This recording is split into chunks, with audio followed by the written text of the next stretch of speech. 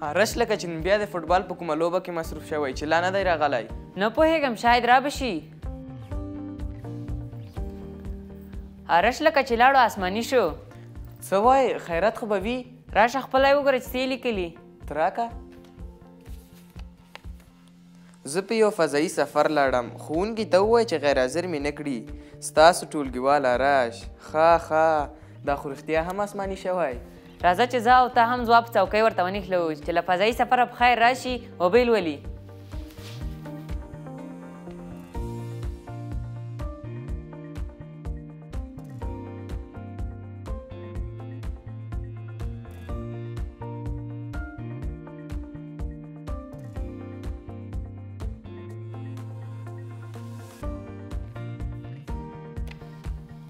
اوس صحیح شو.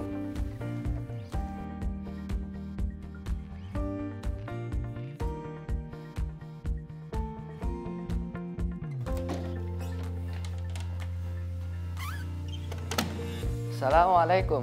وعلیکم السلام.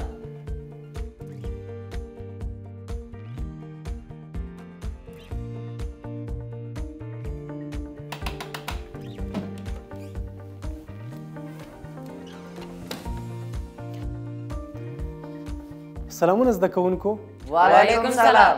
څنګه یې زده کوونکو؟ ښه یو سره ته څنګه یې؟ مننه زه هم ښه یم. هېواد او آرش تاسو څنګه یې؟ شکر دی استاده. مننه استاده زه هم ښه یم. د فزیکس ښوونیزې خپرونې قدرمن لیدونکو سلامونه او نیکې هیلې مې ومنئ. خو دې دوی کې تاسې ټول روغ جوړ خوشحاله د عافیت صحت سلامتۍ او کامیابۍ په جامه باندې پټ اوسئ. دا د یو ځل بیا زه او زما ګلالي زده کوونکي د 11 ټولګي د فزیکس ښوونیزه خپرونه کې د یوې نوې موضوع سره ستاسې په خدمت کې یو. تر پایه مو ملتیا وکړئ. اوس به راته مصطفی ووایي چې زموږ د نن ورځې د درس عنوان څه شی دی؟ زموږ د نن ورځې د درس عنوان د قوې مومنټ، محصله مومنټ او د قوو زوج دی. دا چې په دې درس کې به څه زده کوو په سکرین ګورو. د زده کړې موخې. زده کوونکي به د دې درس تر پای وکولی شي چې مومنټ تعریف او واحد یې بیان کړي، د قوې د مومنټ محصله وپیژني او مثالونه یې حل کړي، د جوړې قوو یا د قوو زوج پر مفهوم پوه شي. موږ او تاسو قوه د هغې اغیزې او د نیوټن درې ګونې قوانین مطالعه کړل. موږ وویل چې اکثره وخت د قوې اغیزې کولی شي چې جسم ته خطي حرکت ورکړي، خو د قوې اغیزې د جسم ته د خطي حرکت سربیره یو بل ډول حرکت هم ورکولی شي. زده کوونکو څوک به راته وایي چې د قوې اغیزې جسم ته بل کوم ډول حرکت اضافه کولی شي؟ استاده کله چې موږ یو ناټ په لاس تاوو دا راښیي چې د قوې واردول کولی شي یو جسم په دوراني حرکت راولي. استاده د هېواد لاسونه د سکورینج کار هم کوي، که دې موږ په لاسونو یوه غوټ هم نشو خلاصوی. موږ د لاس او سکورینج په واسطه باندې کولی شو چې نټ بولټونه په دوراني حرکت باندې راولو، خو اکثره وخت د نټ بولټونو د خلاصولو لپاره بیا د سکورینج څخه کار اخلو. استاده نټ بولټونه ولې د لاس په واسطه نه خلاصیږي یا هم په سخته خلاصیږي خو د سکورینج په واسطه ډېر په اسانه تاویږي؟ قدرمن لیدونکو مصطفی ډیره مهمه پوښتنه وکړه. تاسو هم ورباندې فکر وکړئ او زه به یې د درس په جریان کې درته ځواب کړم. اوس به هم لاړ شو او په تفصیل سره به هغه اغیزې ولولو چې قوې په دوراني حرکتونو کې ښایي. نو له مومنټ یا ترک څخه یې پیلوو. د قوې مومنټ یا ترک. په دوراني حرکتونو کې د قوې اغیزې ته د قوې مومنټ یا ترک ویل کیږي. مومنټ یا ترک د تاو په سمبول سره ښودل کیږي. دلته مو باید یو شي ته پام وي، هغه قوه چې جسم د یو ټکي په شاوخوا په څرخېدو راولي دې ټکي ته د دوران محور یا د اتکا ټکی ویل کیږي. په دې شکل کې تاسو ګورئ چې رنج پیچ په دوران راولي، نو پیچ د اتکا یا د دوران محور دی. قدرمن لیدونکو تر دې دمه مو مومنټ ولوسته چې په دوراني حرکتونو کې د قوې اغیزې ته ویل کیږي. د یادونې وړ ده چې د قوې د اغیز ټکي او همدارنګه د دوران لوري ته په کتو یو ډول قوې کولی شي چې په جسمونو کې مختلف مومنټونه تولید کړي. نو راځئ چې مثالونه په سکرین وګورو.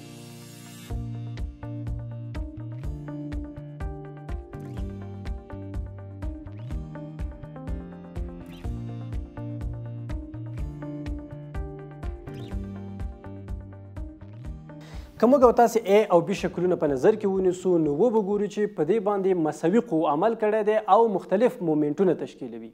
ځکه چې که تاسې A شکل ته وګورئ نو د دوران له ټکي څخه تر د قوې د اغیز ټکي پورې دا فاصله نسبت دې فاصلې ته زیاته ده نو هغه مومنټ چې تشکیلیږي په ا جسم کې زیات مومنټ نظر بي جسم ته تشکیلیږي او که چیرې موږ تاسې بیا ا او سی جسم په نظر کې ونیسو نو په دې وخت کې تاسو ګورئ چې د اتکال نقطې څخه تر د اغیزې نقطې پورې دا دواړه فاصلې سره مساوي دي خو بیا هم مختلف مومنټونه تشکیلیږي علت یې دا دی چې په لومړني شکل کې قوه زیاته ده او په دوهم شکل کې نسبت اول شکل ته یا ا شکل ته قوه کمه ده قدرمن لیدونکو که چیرې موږ تاسې څلورم شکل ته وګورو نو تاسو به وګورئ چې دلته یوې قوې په داسې شکل سره عمل کړی دی چې هغه د اتکا د ټکي سره مستقیما عمل کړی دی نو په دغه وخت کې د اف قوه هیڅ ډول مومنټ نه تشکیلوي ځکه چې په دغه وخت کې د دې قوې له امله صرف خطي حرکت رامنځته کیدلی شي او دوراني حرکت نشي رامنځته کیدلی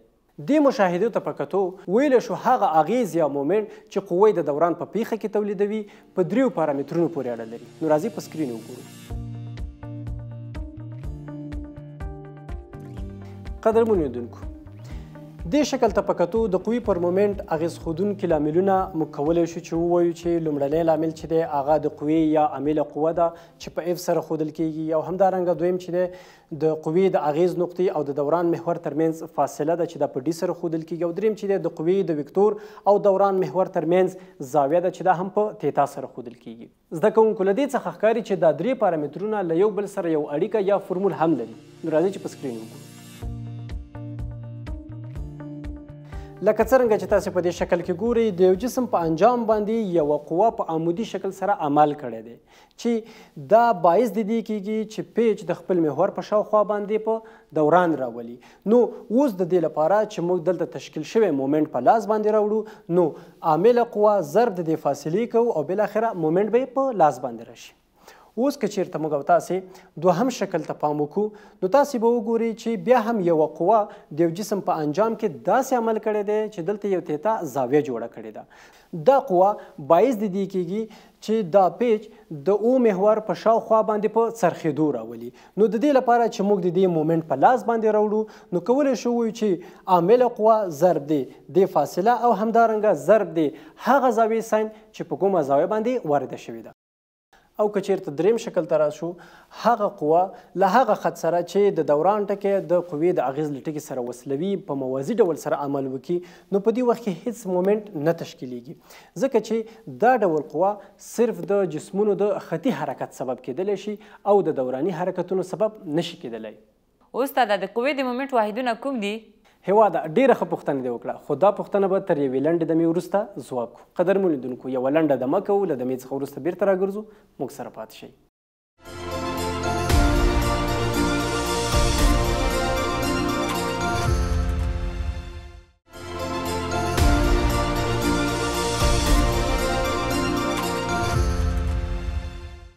د فزیکس هم ښوونیزې خپرونې قدرمن لیدونکو یو ځل بیا هم د خپرونې دویمې برخې ته ښه راغلاست لکه څنګه چې موږ او تاسې وویل د قوې مومنټ د عاملې قوې فاصلې او وارده زاویې د ضرب له حاصل څخه په لاس راځي نو دا چې هیواد مخکې پوښتنه وکړه چې د قوې د مومنټ واحدونه کوم دي نو راځئ چې واحدونه په سکرین وګورو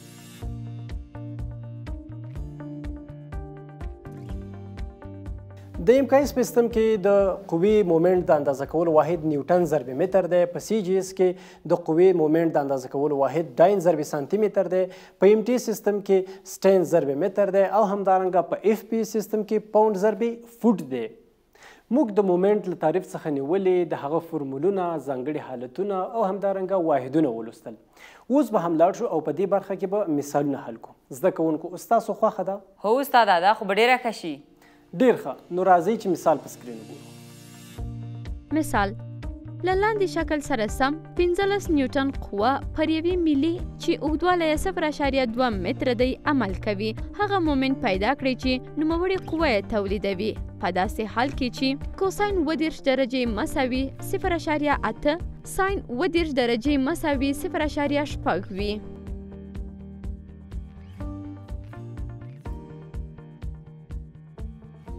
لکه څنګه چې تاسې دې شکل ته ګورئ دلته وارده شوې قوه په دوو افقي او عمودي مرکبو باندې ویشو چې افقي مرکبه بیا د مومنټ تولید نشي کولی او عمودي مرکبه د مومنټ تولید کوي.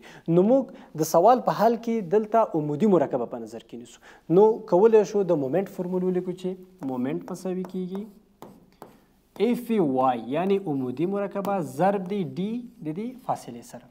اوس راځو لیکو چې مومنټ مساوي کیږي اف واي عمودي مرکبه 15 ضرب د همدغې زاویې ساین 15 ضرب د ساین دی 30 درجو سره او ضرب دی فاصله تاسو ته ښکاري چې څومره ده 0.2 متره. له دې ځای څخه چې موږ او تاسې مومنټ محاسبه کړو نو دا به مساوي شي 1.8 نیوټن ضرب متر سره. قدرمنو لیدونکو موږ او تاسې د مومنټ اړوند یو مثال حل کې اوس هم زو د مومنټ اړوند یوې بلې موضوع ده.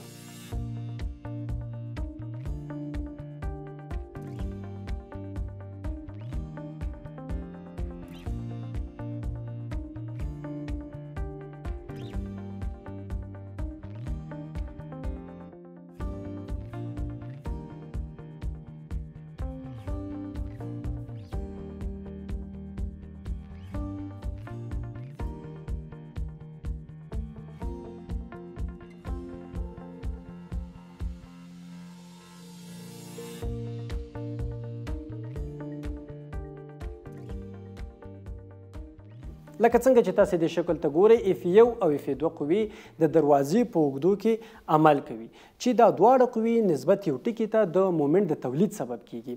اف یو قوه دا د ساعت د عقربې مخالف عمل کوي او مثبت مومنټ تولیدوي او همدارنګه اف دوه قوه دا د ساعت د عقربې مطابق عمل کوي نو منفي مومنټ تولیدوي. اوس همزو او دواړه مومنټونه په لاس باندې راوړو نو کولی شو ولیکو چې لومړنی مومنټ ام یو مساوي کیږي نو دا چې د ساعت د عقربې مخالف عمل کوي مثبت نیسو مثبت اف یو ضرب دی ډي یو د دې فاصلې سره.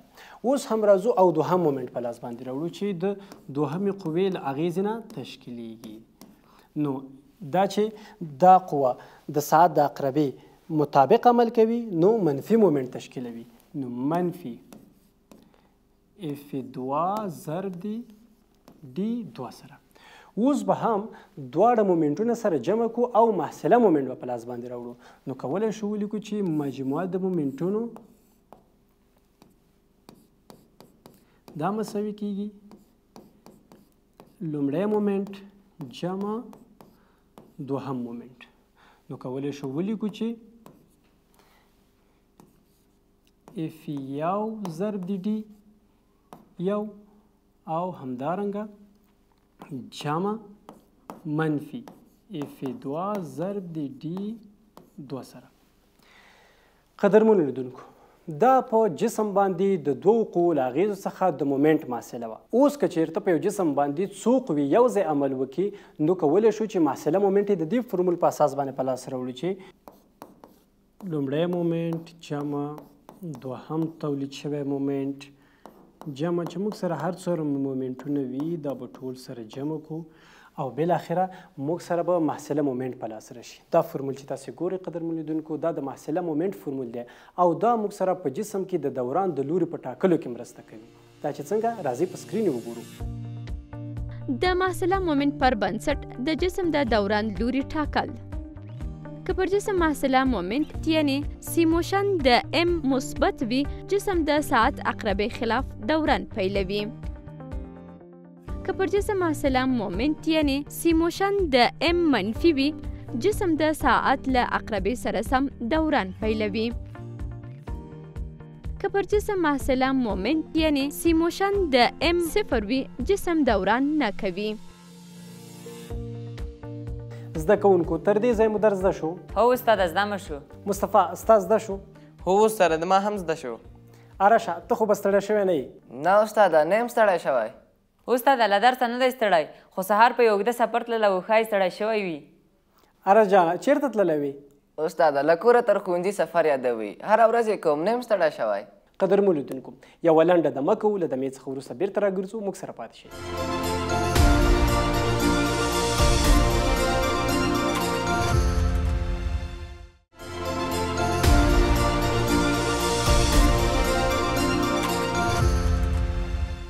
د فزیکس ښوونیزې خپرونې قدرمنو لیدونکو د خپرونې درېیمې برخې ته ښه راغلاست. اوس به هم لاړ شو او مومنټ پورې تړلې یوې بلې موضوع ته. تاسو به د قوو زوج یا د جوړه قوو نومونه اورېدلي وي. که چیرې په یو جسم باندې دوه مساوي موازي او مخالف الجهت قوې په عمودي توګه د یو جسم په محور په بېلابېلو نقطو کې عمل وکړي، دې قوو ته د قوو زوج یا جوړه قوې ویل کېږي. جوړه قوې د جسمونو د څرخېدو لامل کېږي او نشي کولی چې د جسم په موقعیت کې بدلون راولي. نو دا چې څنګه راځي په سکرین وګورو.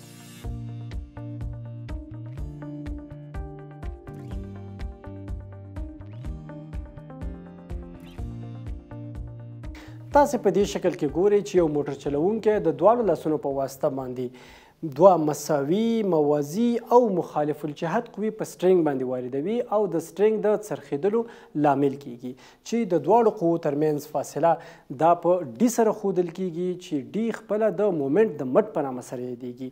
نو دې قوو ته د قوو زوج یا جوړه قوې ویل کیږي.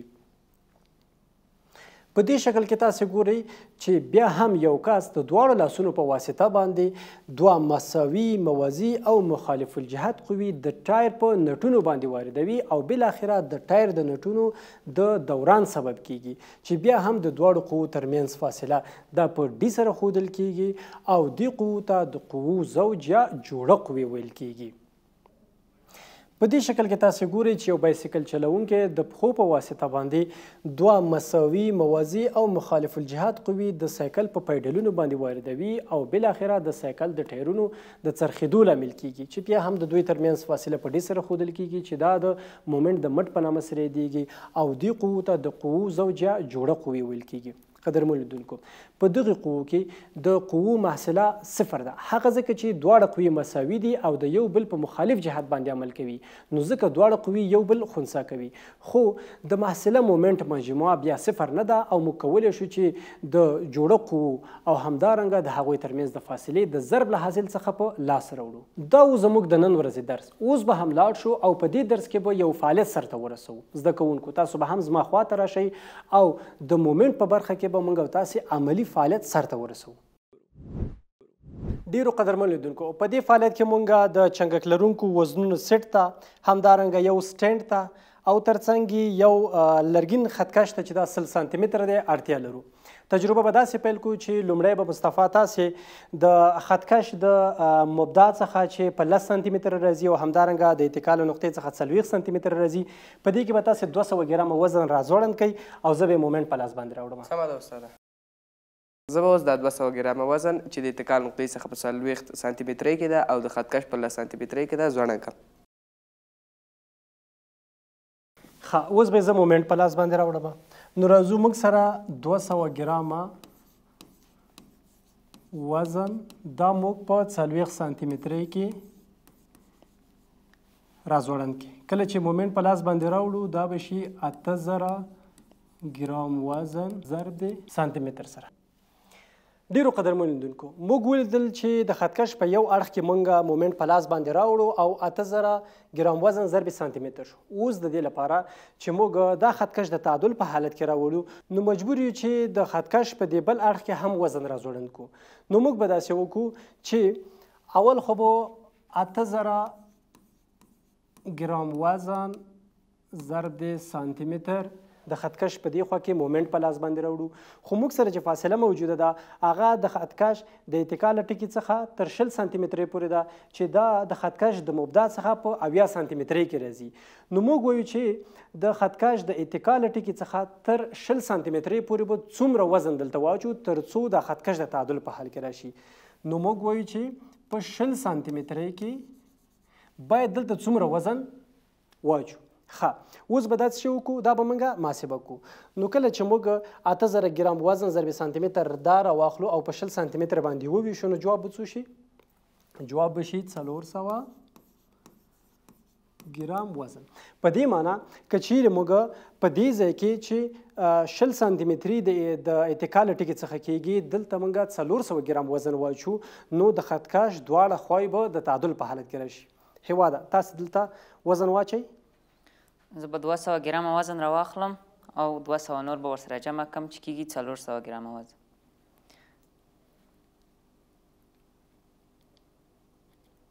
او دا به په 60 سانتي مترۍ کې واچو. ښه نو دا په 60 سانتي مترۍ کې شو. اوس تاسې دا پرېږدئ چې آیا رښتیا هم دا خط کش د تعادل په حال کې راځي او که نه راځي. پرېږدئ تاسې. قدرمنو لیدونکو موږ ولیدل چې رښتیا هم خط کش د تعادل په حالت کې راغی. اوس به هم لاړ شو او د دې دویم حالت ته. په دویم حالت کې به داسې وکړو چې دا وزن به له دې ځای څخه لرې کړو او یو بل وزن به د خط کش د مبدا له ټکي څخه په 60 سانتي مترۍ کې چې د خط کش د اتکا له ټکي څخه 50 سانتي مترۍ راځي په دې کې به یو بل وزن واچو.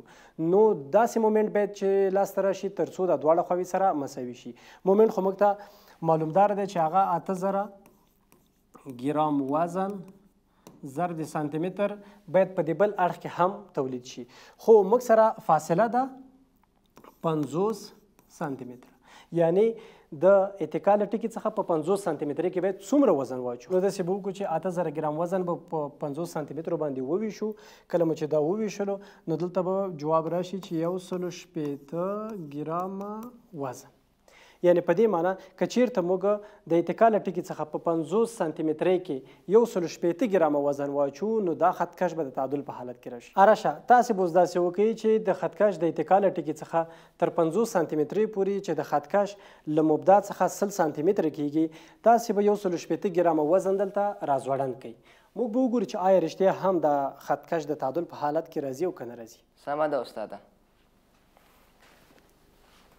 لومړی به له دې ځای څخه 400 ګرامه وزن لرې کړو او پر ځای به 100 ګرامه ورپسې 50 ګرامه او په آخر کې 10 ګرامه وزن واچو چې په مجموع کې به 160 ګرامه شي او په 50 سانتي متر فاصله د اتکا له نقطې څخه به یې واچو. تاسې اوس دا پرېږدئ. ډېرو قدرمنو لیدونکو تاسې عملاً ولیدل چې د اتکا له نقطې څخه تر 50 سانتي مترۍ پورې موږ 160 ګرامه وزن واچو او بالاخره هماغومره مومنټ 8000 ګرام وزن ضرب سانتي متر په لاس باندې راغی. یعنی دا خط کش د تعادل په حالت کې شو. اوس به راته مصطفی ووایي چې د دې فعالیت څخه موږ څه نتیجه واخیستله. پایله دا شوه په څومره اندازه چې د اتکا نقطې څخه د وارد شوې قوې اغیزه لرې کیږي په هماغې اندازه د قوې د تولید شوې مومنټ کچه ډیریږي. ډېر ښه. قدرمنو لیدونکو تاسې عملاً ولیدل هغه موضوع چې موږ په نظري ډول سره ویلې وه په عملي ډول هم د تطبیق وړ ده او موږ تطبیق کړه. زده کوونکو تاسې کولی شئ خپل ځایونو ته لاړ شئ. موږ په ننني درس کې د قوې مومنټ، محصله مومنټ او همدارنګه د قوو زوجه جوړه قوې ولوستلې او د قوې د مومنټ یو عملي فعالیت مو هم سرته ورسولو. دا چې د درس آخري شیبو ته رارسېدلي یو نو اوس هم ځو او د نن ورځې د درس پایلې په سکرین ګورو. د زده کړې پایلې. زده کوونکو زده کړل چې په دوراني حرکتونو کې د قوو اغیزې ته مومنټ یا تورک ویل کیږي چې په تاو سمبول ښودل کیږي.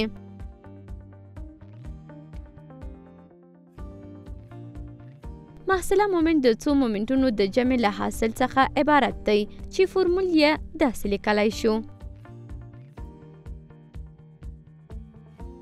که چیرته محصله مومنټ مثبت وي جسم به د ساعت د عقربې خلاف لوري، که منفي وي جسم به د ساعت د عقربې په موافق لوري او که صفر وي جسم به هیڅ دوران ونه کړي. د قوې د مومنټ اندازه کولو واحد نیوټن ضرب د متر یا ډاین ضرب د سانتي متر دی. کله چې دوه موازي او مساوي قوې چې متقابل لوری ولري په عمودي توګه پر یوه محور او د یوه جسم پر دوو بېلابېلو ټکو اغیز وکړي جوړوي قوې یا د قوو زوج ورته ویل کیږي.